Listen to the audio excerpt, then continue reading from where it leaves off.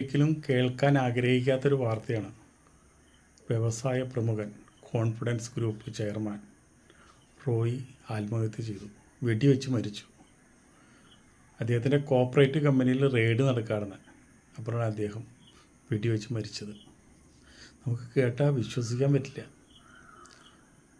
എന്തിനാണ് ഇതിപ്പോൾ റെയ്ഡ് നടക്കായാലും അതിനൊക്കെ ഒരു പരിഹാരമില്ലേ? നല്ലൊരു മനുഷ്യനാണ്, മനുഷ്യസ്നേഹിയാണ്. അതുപോലെ തന്നെയാണല്ലോ 10 ലക്ഷം രൂപ ഒക്കെ.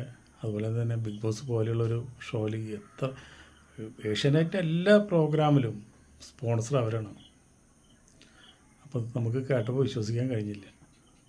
വലിയവർക്ക് ഇങ്ങനെ ഇത്രയും സ്വന്തം അധ്വാനത്തിൽ നിന്ന് ഇത്രയും ഉയർച്ചയിലെത്തിയുള്ള ഒരു വ്യക്തി, 59 വയസ്സായിട്ടുള്ള വ്യക്തി, ഇങ്ങനൊരു ചെറിയ റെയ്ഡിനെ പേടിച്ച് വെടിവെച്ച് മരിക്കുക എന്ന് പറഞ്ഞു കഴിഞ്ഞാൽ എന്ത് കാര്യത്തിനും അതിനുള്ള ഒരു പരിഹാരം മറ്റുള്ള കാര്യങ്ങളൊക്കെ ഇല്ലേ? ഒരുപാട് നല്ല കാര്യങ്ങൾ ചെയ്യുന്ന വ്യക്തിയാണ്. അപ്പോൾ ഇനി എന്ത് ചെയ്യുക? ആ കുടുംബത്തിലും അതിൽ ജോലിക്കാരോടും ബന്ധുക്കാരോടും എല്ലാവരും നമുക്ക് ദുഃഖം രേഖപ്പെടുത്തുക, അല്ലാണ്ട് വേറെ ഒരു വഴിയില്ലല്ലോ. ബുദ്ധിമോശം ചെയ്തത്.